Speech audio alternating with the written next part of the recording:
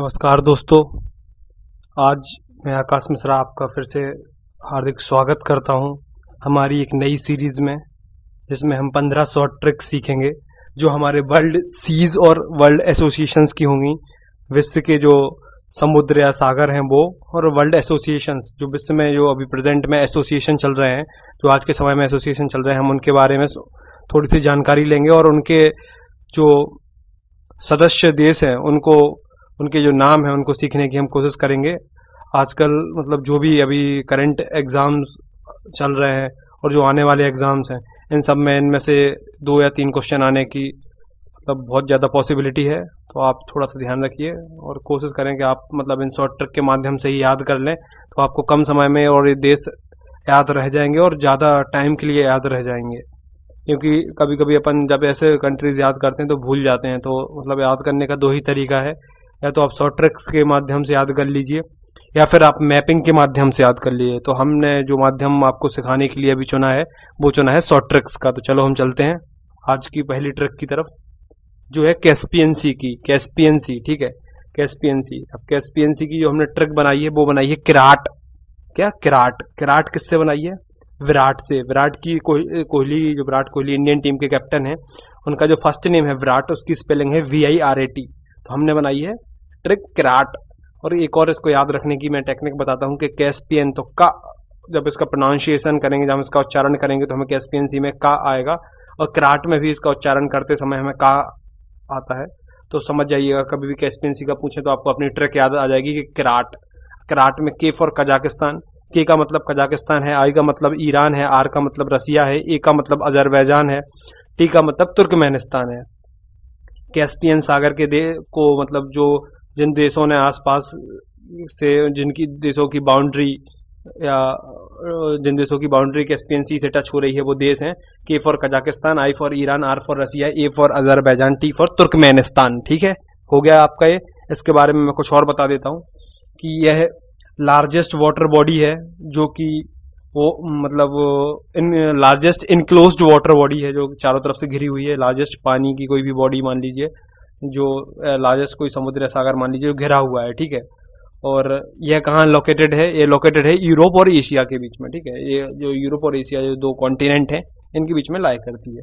दूसरे ट्रिक की तरफ बढ़ते हैं हम।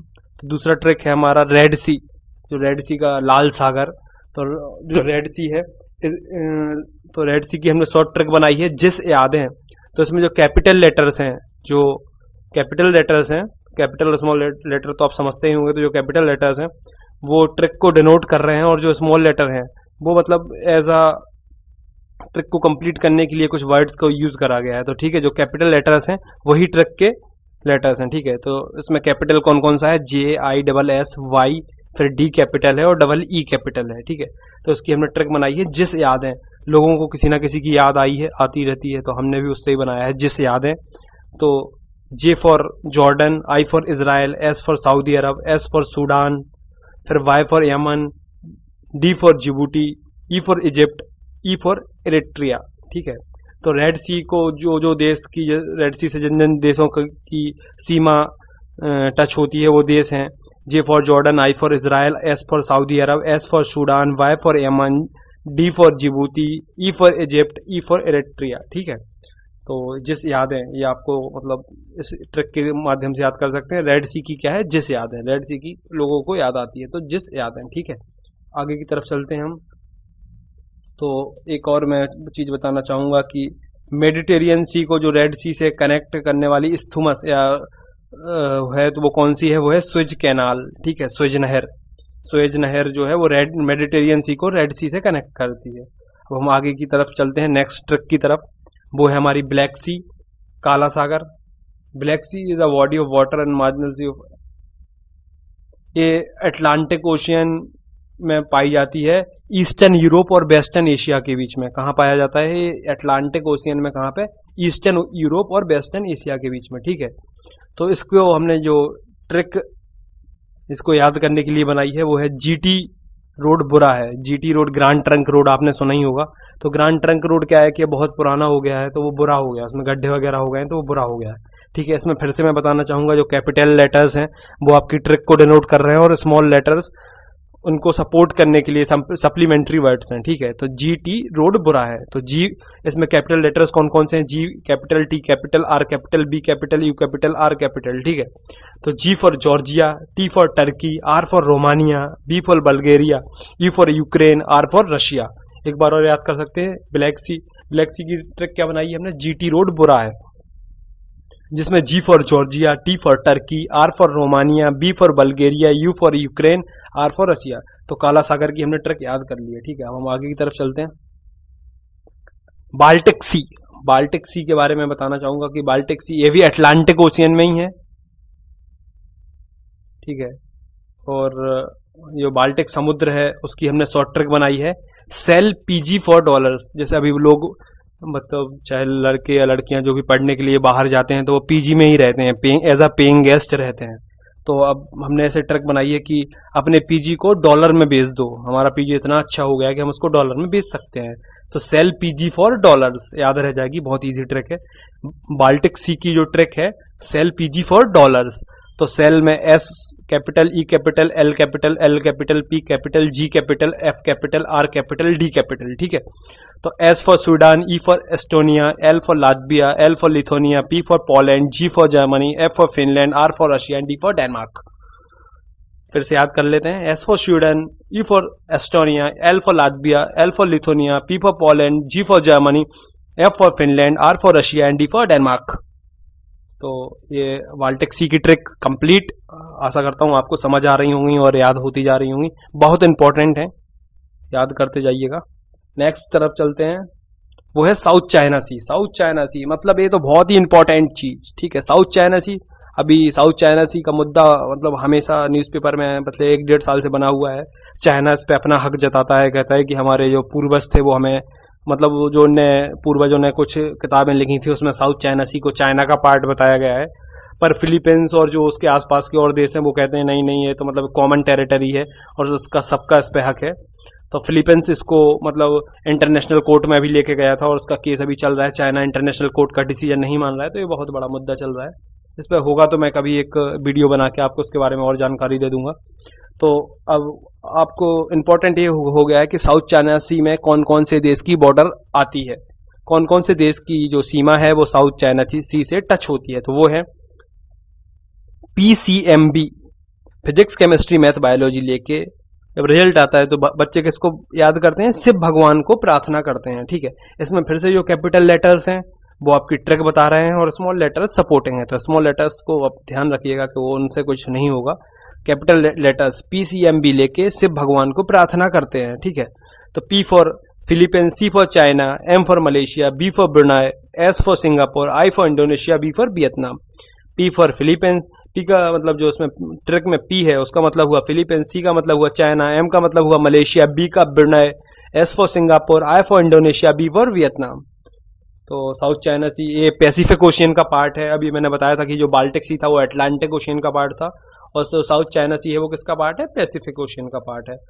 और जो विश्व के 1/3 जो शिप्स हैं, जो ट्रेड शिप्स हैं, वो यहीं से पास होते हैं साउथ चाइना सी से, इसलिए थोड़ा साउथ चाइना सी और ज्यादा इंपॉर्टेंट हो जाता है, क्योंकि तभी चाइना चाहता है कि इस पर हम अपना हक जता लें। और हम आगे की तरफ चलते हैं, आगे है लेक विक्टोरिया। तो लेक विक्टोरिया क्या है कि ये one of the African great lake है, अफ्रीका की जो मतलब ग्रेट लेक्स हैं उनमें से एक यह भी है। और एक और नाम कि इसका विक्टोरिया जो नाम रखा गया है वो क्वीन विक्टोरिया के नाम पर रखा गया है। और इसने किसने रखा था, जो इसके एक्सप्लोरर थे जिनने ढूंढा था वो थे जॉन हेनिंग। विक्टोरिया झील का नाम किसके नाम पर रखा गया, क्वीन विक्टोरिया के नाम पर। और किसने रखा था, जो इसके एक्सप्लोरर थे जॉन हेनिंग्स, उनने रखा था, ठीक है। तो लेक विक्टोरिया, विक्टोरिया झील, ठीक है। विक्टोरिया झील की हमने देश की ट्रिक बनाई है KUT, कट। विक्टोरिया लेक को क्या करना है, कट करना है, ठीक है, कट कर देते हैं, ठीक है, अफ्रीका से कट कर देते हैं, कट फॉर। अब इसको विक्टोरिया लेक विक्टोरिया कौन कौन से देश इसके आसपास अपनी बाउंड्री टच कर रहे हैं, वो है K for Kenya, U for Uganda, T for Tanzania, ठीक है। K फॉर केन्या, K का मतलब केन्या, U का मतलब युगांडा, T का मतलब तंजानिया। आगे की तरफ चलते हैं, LOC को क्या है कि ये भी ईस्ट चाइना सी का एक पार्ट है जो कि पैसिफिक ओशियन में आता है, ठीक है।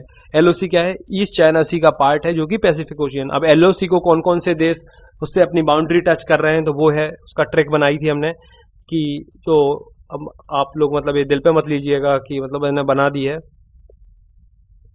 कि चलो ठीक है, मैं ट्रिक चेंज कर देता हूँ, वो थोड़ा सा एक हो जाता कि लोगों को बुरा लग सकता है। Supreme Court of North Korea, supreme Court of North Korea क्या हुआ कि अभी नॉर्थ कोरिया मतलब अलग ही देश है, आप लोग देख रहे होंगे कि वहाँ के जो तानाशाह हैं वो किसी की सुनते ही नहीं है।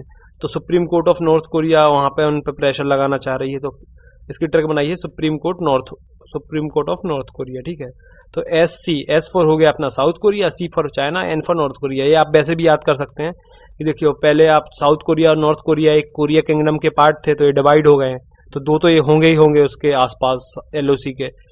और सी फॉर चाइना, चाइना भी उसी लाइन में आता है, तो China, South Korea, North Korea. White Sea, इसको एक ही देश इसके तरह अपनी बाउंड्री टच कर रहा है, वो है रशिया। तो व्हाइट सी से कौन सा देश बाउंड्री टच कर रहा है? रशिया, ठीक है। और एलओसी से आपको बता दिया है कि Supreme Court of North Korea की सुप्रीम कोर्ट। तो S for South Korea, C for China, N और नॉर्थ कोरिया, तो नॉर्थ कोरिया ही है, ठीक है। अब आगे की तरफ हम चलते हैं, तो हम सबसे पहले एसोसिएशंस में पढ़ते हैं एशियान। एशियान का मतलब दक्षिण पूर्वी एशियाई राष्ट्रों का संगठन। एशियान क्या है? दक्षिण पूर्वी, इसका जो फुल फॉर्म है वो है दक्षिण पूर्वी एशियाई राष्ट्रों का संगठन, association of south east nation. दक्षिण पूर्वी एशियाई राष्ट्रों का संगठन, association of south east Asian Nations. अब हमेशा इसकी एक तो हेडक्वार्टर और दूसरा इसके कंट्रीज पूछने का मतलब हमेशा हर एग्जाम में आने के चांसेस रहते हैं। तो इसके कंट्रीज की हमने ट्रिक बनाई है कि कुछ टाइम पहले इंडिपेंडेंस के मतलब पहले इंडिया के पास टीवी नहीं हुआ करते थे अच्छे, तो इंडिया के लोगों को टीवी चाहिए था। तो टीवी के लिए इंडिया के लोगों ने सोचा कि हम किससे लेंगे? सिंगापुर से। कि सिंगापुर उस टाइम सोचा कि सिंगापुर अच्छे टीवी देगा, ठीक है। पर सिंगापुर खुद तो बनाता था नहीं, वो खरीदता था वियतनाम से, ठीक है। तो आपने देखा भी होगा बहुत सी चीज़ें वियतनाम में असेंबल होके आती हैं, तो वियतनाम वैसे भी एक मतलब थोड़ा सी चीज़ें असेंबल करता है। तो हमने ये ट्रक बनाई है। तो जब हमें टीवी चाहिए तो हमने उसकी ट्रक बनाई है कि इम्पोर्टेंट है सिंगापुर, हमारे लिए इम्पोर्टेंट क्या है? सिंगापुर है, उससे हम टीवी खरीदेंगे। टीवी वी नहीं आता है इसमें, वी आता है, वी फॉर बफेलो वाला। तो उससे लेंगे टीवी और क्लेम करेंगे वियतनाम को, ठीक है। जब अगर टीवी खराब हो गई तो क्लेम हम किस पे करेंगे? वियतनाम को, ठीक है। तो इसकी ट्रक क्या थी? बहुत इजी ट्रक है, इंपॉर्टेंट है सिंगापुर, उससे लेंगे टीवी, क्लेम करेंगे वियतनाम को, ठीक है। तो I for Indonesia, M for Malaysia, P for Philippines. Important की IMP जो कैपिटल है उनका मतलब हुआ I for Indonesia, M for Malaysia, P for Philippines. तो सिंगापुर ही है, ठीक है, वही मतलब डायरेक्ट नाम आ गया। और टी और बी, तो T for Thailand, B for Brunei, T for Thailand, B for Brunei. फिर क्लेम में 3 कैपिटल लेटर्स हैं, C, L और M। तो C for Cambodia, L for Laos, N for Myanmar. फिर वियतनाम, तो वियतनाम मतलब भाई आपके देश की ट्रैक हो गई। अब आप इस ट्रैक के थ्रू सारे कंट्रीज एशियन की याद रख सकते हैं। एशियन का हेडक्वार्टर कहाँ है? तो इसका हेडक्वार्टर है जकार्ता, इंडोनेशिया में। एशियन का हेडक्वार्टर कहाँ है? जकार्ता, इंडोनेशिया में, ठीक है। आगे की तरफ चलते हैं। फिर आगे की तरफ जो है वो है बिम्स्टेक। ये है bay of Bengal initiative for multi sectoral technical and economical cooperation. BIMSTEC का फुल फॉर्म क्या है? Bay of Bengal initiative for multi sectoral technical and economical cooperation. तो इसका हिंदी में मैं बोल देता हूँ, बंगाल की खाड़ी बहुक्षेत्रीय तकनीकी और आर्थिक सहयोग उपक्रम। हिंदी में इसका मतलब पूरा नाम है बंगाल की खाड़ी बहुक्षेत्रीय तकनीकी और आर्थिक सहयोग उपक्रम, ठीक है। और इसके जो मेंबर कंट्रीज हम याद करेंगे, उसकी ट्रिक है कि जो स्टेट बैंक ऑफ इंडिया है उसने अपनी न्यू बोरोइंग टीम बनाई है। न्यू बोरोइंग मतलब उधार देने वाली टीम, बोरो मतलब होता है, तो न्यू बोरोइंग टीम बनाई है, ठीक है। SBI न्यू बोरोइंग टीम बनाई है, ठीक है। S for Sri Lanka, B for Bangladesh, I for India. SBI में SBI में क्या हुआ? S for Sri Lanka, B for Bangladesh, I for India. New में N आ गया जो कैपिटल है, वो हो गया नेपाल। बोरोइंग का B कैपिटल है तो हो गया भूटान। टीम में T और M कैपिटल है तो हो गया थाईलैंड और म्यांमार। हमेशा आप ट्रक में जो कैपिटल लेटर्स हैं उनसे ही ट्रक बनेगी, स्मॉल लेटर्स ऐसा सपोर्टिंग लेटर है, ठीक है। तो SBI की न्यू बोरोइंग टीम याद रखिएगा। तो इसमें कौन कौन से मेंबर्स हैं? S for Sri Lanka, B for Bangladesh, I for India, N for Nepal, B for Bhutan, T for Thailand, M for Myanmar. Headquarter कहाँ है? इसका हेडक्वार्टर है ढाका, बांग्लादेश। कहाँ पे हेडक्वार्टर है? ढाका, बांग्लादेश। अगले ट्रक की तरफ चलते हैं, तो वो है ओपेक। ओपेक का फुल फॉर्म होता है organisation of petroleum exporting countries. इसका हिंदी में बता देता हूँ, तेल निर्यातक देशों का संगठन। ओपेक का हिंदी में है तेल निर्यातक देशों का संगठन। ये हमेशा पूछा जाता है, ओपेक के कंट्रीज भी आजकल पूछे जाने लगे हैं। तो इसका सबसे पहले इंपॉर्टेंट है इसका हेडक्वार्टर, तो इसका हेडक्वार्टर है वियना ऑस्ट्रिया। हेडक्वार्टर इसका कहाँ पे है? वियना ऑस्ट्रिया में। और इसके देशों की ट्रिक मैं बताना चाहूंगा कि ये ट्रिक बनाई थी मैंने कि एक लड़का एक लड़की को बोलता है कि I love you soon Kumari queen, वो बोली नहीं, ठीक है। तो इसमें जो कैपिटल लेटर्स हैं वो ट्रिक को डिनोट कर रहे हैं, ठीक है। तो I love you triple I है, फिर एल यू भी कैपिटल है, फिर एस कैपिटल है, के कैपिटल है, क्यू कैपिटल है, एन कैपिटल है, ए कैपिटल है, ए कैपिटल है, ई कैपिटल है। तो जो कैपिटल लेटर्स हैं I love you soon Kumari queen, वो बोली नहीं। तो आई फॉर क्या हो गया? ईरान। आई फॉर क्या हो गया? इराक। आई फॉर क्या हो गया? इंडोनेशिया। तो 3 आई थे वो हो गया ईरान, इराक और इंडोनेशिया। फिर लव, तो लव में जो एल था वो हो गया लीबिया। यू में, यू का मतलब होगा UAE, United Arab Emirates. V for हो गया वेनेजुला। एस फॉर हो गया सऊदी अरब, ठीक है। के फॉर हो गया कुवैत।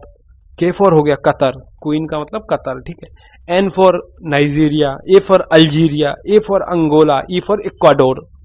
एक बार और बता देता हूं, जिसमें ट्रिपल आई है वो है Iran, Iraq, Indonesia. L U भी जो लव है तो लीबिया, यूनाइटेड अरब एमिरेट्स, मतलब U for UAE. V for Venezuela. फिर जो सुन तो एस उसका कैपिटल है तो उसका मतलब हुआ सऊदी अरब। के तो कुवैत। क्यू तो Qatar. N Nigeria. A Algeria. A Angola. E Ecuador, ठीक है। हेडक्वार्टर कहाँ है इसका? वियना ऑस्ट्रिया में। ऑस्ट्रिया, ठीक है, नॉट ऑस्ट्रेलिया, इट्स ऑस्ट्रिया, ठीक है। नेक्स्ट चलते हैं हम। नेक्स्ट में हम करते हैं G20 के देश, तो ग्रुप ऑफ 20 कंट्रीज। तो इनके हम जो देश हैं उनको याद करने की कोशिश करते हैं। तो इसके देश की एक शॉर्ट ट्रिक मैंने बनाई थी कि ब्रिक्स के देश तो सबको पता ही होता है कि ब्रिक्स के देश कौन कौन से हैं। तो BRICS, B for Brazil, R for Russia, I for Indonesia, C for China, S for South Africa. South Africa सबसे आखिरी में जोड़ा था, पहले ब्रिक करके इसका नाम था, 2009 में शायद ये बना था। और साउथ अफ्रीका इसमें आखिरी शायद 2011 की जो ब्रिक की मीटिंग हुई थी उसमें साउथ अफ्रीका ऐड हुआ था। तो ब्रिक्स के जो 5 देश हैं, B for Brazil, R for Russia, I for India, C for China, S for South Africa, ठीक है। फिर इसके बाद 7 मेंबर G7 के हैं, तो मैं वो ट्रिक बताऊंगा। तो G20 के 20 मेंबर को याद करने की ट्रिक क्या है? 5 ब्रिक्स के मेंबर, 7 मेंबर किसके? G7 के। तो कितने हो गए? 7 और 5 12। फिर आगे की जो अब बचना कितने? 8 मेंबर, तो उनकी मैंने ट्रिक बनाई है। तो आपके 20 के 20 मेंबर आपको याद हो जाएंगे, ठीक है। क्या? 5 ब्रिक्स, 7 G7 और 8 जो मेंबर बच गए हैं उनकी हमने ट्रिक बनाई है। तो वो ट्रिक मैं बता देता हूँ। तो ये तो हो गया, ठीक है। तो ट्रिक है, जो मेंबर जो कंट्रीज बच गए हैं वो स्लाइड पे हैं, तो देखिएगा। इंडो ऑस्ट्रेलियन ट्राइब में अर्जेंट जरूरत है अरब और कोरिया की, ठीक है। अब ट्राइब्स, जो ट्राइब होती हैं, आपने उन ट्राइब्स के बारे में सुना ही होगा। तो एक इंडो ऑस्ट्रेलियन, जैसे मंगोलाइट ट्राइब होती है, तो एक ऐसे इंडो ऑस्ट्रेलियन ट्राइब का भी एक ग्रुप है। तो मैंने उससे ही ट्रिक बनाई है कि इंडो ऑस्ट्रेलियन ट्राइब में अर्जेंट जरूरत किसकी है? अरब और कोरिया की।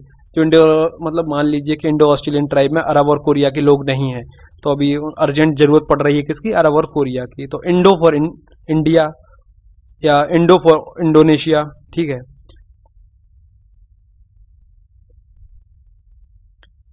इंडोनेशिया, तो ऑस्ट्रेलिया, ट्राइब, तो ट्राइब का मतलब हो गया टर्की। में तो एम कैपिटल है तो मैक्सिको। अर्जेंट तो ए का मतलब हो गया अपना अर्जेंटीना। फिर ए मतलब हो गया अपना कि ऑस्ट्रेलिया। इसका ट्रिक को एक बार और बता देता हूँ। इंडो ऑस्ट्रेलियन ट्राइब में अर्जेंट जरूरत है अरब और कोरिया की। तो अरब मतलब हो गया था सऊदी अरब और कोरिया मतलब हो गया साउथ कोरिया, ठीक है। तो ये दो तो आपको याद ही हो गए, अरब मतलब सऊदी अरब और कोरिया मतलब साउथ कोरिया। अब इंडो ऑस्ट्रेलियन ट्राइब में, तो इंडो ऑस्ट्रेलियन में क्या होगा? Indo for Indonesia, Austro for Australia. तो अपने आपको कितने कंट्रीज हो गए? 8 में से 4। इंडो ऑस्ट्रेलिया, अरब और साउथ कोरिया। ट्राइब तो टर्की, तो हो गया आपके 5। एम फॉर हो गया मैक्सिको, तो हो गया 6। अर्जेंट जरूरत है किसकी? अर्जेंट मतलब हो गया अर्जेंटीना। और ये सारा कुछ अब ट्रिक कहाँ बनाई है अपन ने? तो इंडिया में। तो एक क्या हो गया? एक इसका मेंबर हो गया इंडिया। 7 मेंबर ट्रिक में है और एक मेंबर आप ऐसे याद कर सकते हैं कि इसका इंडिया भी मेंबर है। और इंडिया को आप ऐसे भी याद कर सकते हैं कि जो इंडिया है वो, मतलब अगर आप इसमें से हटा दें, मैंने ट्रिक में जोड़ दिया है, मतलब मेरे से गलती से इसमें आ गया है, तो वो इंडिया ब्रिक्स के मेंबर्स में ही काउंट हो जाता है, ठीक है। तो ब्रिक्स के जो 5 थे BRICS, तो उसमें I फॉर इंडिया था। तो अभी यहाँ देश कितने बच रहे हैं इंडिया को हटा के? 7। Argentina, Australia, Indonesia, south Korea, Mexico, Saudi Arab और टर्की। तो अर्जेंटीना मतलब ठीक है, तो इसकी ट्रैक थी इंडो ऑस्ट्रेलियन ट्राइब में अर्जेंट जरूरत है अरब और कोरिया की। तो Indo for Indonesia, Austro for Australia, tribes, T for Turkey, Mexico, तो एम ही तो लिखा ही है तो समझ जाओगे कि एम ही है तो मैक्सिको है। अर्जेंट तो अर्जेंट मतलब अर्जेंटीना, अरब मतलब सऊदी अरब, कोरिया मतलब साउथ कोरिया। तो ये होगी ट्रैक आपकी कंप्लीट किसकी? G20 की। G20 की ट्रैक क्या थी कि ब्रिक्स के 5 मेंबर, G7 के 7 मेंबर, बाकी के जो मेंबर बच रहे हैं वो हो गया किसके? जो बाकी के मेंबर्स की ट्रैक बना दी है और इसमें यूरोपियन यूनियन भी मेंबर है, ठीक है। अब G7 की, तो G7 की जो मैंने ट्रैक बनाई है वो कुछ इस तरह है कि G7 के जो 7 मेंबर हैं, ग्रुप ऑफ 7 कंट्रीज, तो जो G7 की ट्रैक है उसको हमने CGI जो चीफ जस्टिस ऑफ इंडिया है उनसे रिलेट करके बनाया है। तो अभी आपको पता होगा सुप्रीम कोर्ट में बहुत ज़्यादा केस पेंडिंग है, तो CGI ऑफ इंडिया को बहुत काम करना पड़ता है, ठीक है, तो उससे रिलेटेड बनाई है। तो CGI जी फॉर उनको सम्मान देने के लिए कैपिटल G, CGI G थकान के बाद कहते हैं उफ एक काम, ठीक है, क्या? उफ एक काम। तो C for Canada, J for Japan, I for Italy, G for Germany, U for UK, U for USA, F for France.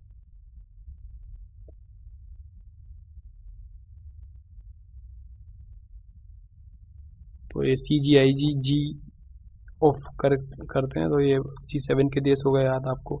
अब चलते हैं हम रीजनल RCEP के जो कंट्रीज कौन कौन से हैं RCEP में। तो RCEP का जो फुल नेम है वो है रीजनल कॉम्प्रिहेंसिव इकोनॉमिक पार्टनरशिप, ठीक है। और इसके जो मेंबर कंट्रीज हैं वो हैं 10 एशियन के मेंबर्स। जो एशियन की मैंने आपको ट्रिक बनाई थी इंपॉर्टेंट है, सिंगापुर वाली, उसके 10 मेंबर वो याद रखना है, और 6 मेंबर इसमें दूसरे आते हैं। तो जो 6 मेंबर दूसरे आते हैं उनकी मैंने ट्रिक जो बनाई थी वो भी चीफ जस्टिस ऑफ इंडिया से रिलेट ही करके बनाई है कि CGI को जब CGI रिटायर्ड हो जाते हैं तो उनको क्या बनाया गया है? NSA क्या होता है? नेशनल सिक्योरिटी एडवाइजर, जो अभी कौन है? अजीत डोभाल, अखबार में आप पढ़ते रहते होंगे हर जगह, मतलब सिक्योरिटी का सारा कुछ वही संभालते हैं। तो जो चीफ जस्टिस ऑफ इंडिया है उनको क्या को NSA बनाया गया। तो चीफ जस्टिस ऑफ इंडिया को क्या बनाया गया? नेशनल सिक्योरिटी एडवाइजर बनाया गया। तो CGI, तो C फॉर हो गया China, J for Japan, I for India, और NSA, N फॉर हो गया New Zealand, S for South Korea, और A फॉर ऑस्ट्रेलिया। NSA बनाया गया, ठीक है। तो इसकी जो ट्रिक थी वो तो आपको तैयार हो गई होगी कि जो RCEP के 16 देश हैं उनमें से 10 देश हैं अपने एशियान के, और जो 6 देश बाकी बच रहे हैं तो वो है CGI, चीफ जस्टिस ऑफ जो इंडिया है उनको क्या बनाया गया? जब रिटायर्ड होने के बाद उनको क्या बना देते अपन? NSA, ठीक है, N capital, S capital, A capital. तो ये आपकी ट्रिक कंप्लीट, ठीक है। आगे की तरफ चलते हैं। वो ट्रिक है सार्क की ट्रिक है। सार्क मतलब ये बहुत ज़्यादा इंपॉर्टेंट है और यहाँ से मतलब ये क्वेश्चन अभी आने के चांसेस हैं आगे के एग्जाम्स में। तो सार्क का जो फुल फॉर्म है वो ही याद रख लीजिएगा। इसका फुल फॉर्म है south Asian association for regional cooperation. जो सार्क का फुल फॉर्म है वो है south Asian association for regional cooperation, ठीक है। मतलब इसका हिंदी में दक्षिण एशियाई क्षेत्रीय संगठन। तो सार्क का हिंदी में है दक्षिण एशियाई क्षेत्रीय संगठन, ठीक है। और इसका हेडक्वार्टर है काठमांडू, ये लिख लीजिएगा आप नोटबुक में। सार्क का हेडक्वार्टर कहाँ है? काठमांडू में, ठीक है। और इसको याद करने की ट्रिक बनाई गई है। इसके जो मेंबर कंट्रीज को कैसे याद करेंगे वो है PIB बैन हुआ है श्रीलंका और मालदीव्स में। PIB जो लोग MPPSC या सबकी तैयारी कर रहे हैं उनको बता दूंगा कि PIB एक गवर्नमेंट की वेबसाइट है, प्रेस इंफॉर्मेशन ब्यूरो करके। तो मतलब इस पर जो भी गवर्नमेंट काम कर रही होती है या जो भी प्रधानमंत्री जी, राष्ट्रपति जी कुछ भी नई काम कर रहे होते हैं सबसे पहले इसी वेबसाइट पे आता है। तो PIB बैन मतलब बैन कर दिया गया, बंद कर दिया गया। कहाँ पे? श्रीलंका और मालदीव्स में, क्योंकि ये बहुत अच्छी काम कर रही थी। तो अब ये तो जो दूसरे देश हैं तो ये क्यों अलाउ करेंगे। तो PIB बैन कहाँ हुआ है? श्रीलंका और मालदीव्स में, ठीक है। तो P फॉर हो गया अपना पाकिस्तान, I फॉर हो गया इंडिया, B फॉर क्या हो गया? Bhutan. P for Pakistan, I for India, B for Bhutan. अब बैन का B for Bangladesh, A for Afghanistan, N for Nepal, ठीक है। और अब 2 कंट्रीज के तो नाम प्रॉपर ही लिखे हुए हैं। सो S for Sri Lanka, M for Maldives, ठीक है। तो PIB बैन हुआ कहाँ पे? श्रीलंका और मालदीव्स में, ठीक है। और अभी मैं G7 की एक चीज़ बताना भूल गया था कि G7 के जो आखिरी मेंबर जो आखिरी मेंबर G7 का था, जो हटा गया G7 से, वो था रसिया। रसिया G7 को छोड़ चुका है। तो याद रखिएगा, पहले G8 हुआ करता था, फिर वो G7 बन गया। ठीक है, चलो ये सारी ट्रिक्स कंप्लीट हो गई हैं। आशा करता हूँ आपको समझ में आई होंगी। ओके, अगर अच्छी लगी हैं आपको ये ट्रिक्स तो प्लीज़ सब्सक्राइब अस, सपोर्ट करिए। हमारे जो टेलीग्राम पे एक हमारा जो चैनल चल रहा है उसको भी सपोर्ट करिए। बहुत ज़्यादा इंपॉर्टेंट कंटेंट डाला जा रहा है, तो प्लीज़ वो आपके लिए मतलब बहुत ज़्यादा बेनिफिशियल है। तो please support us, we need your support. Okay, thank you, good bye, good luck, जय हिंद, जय भारत।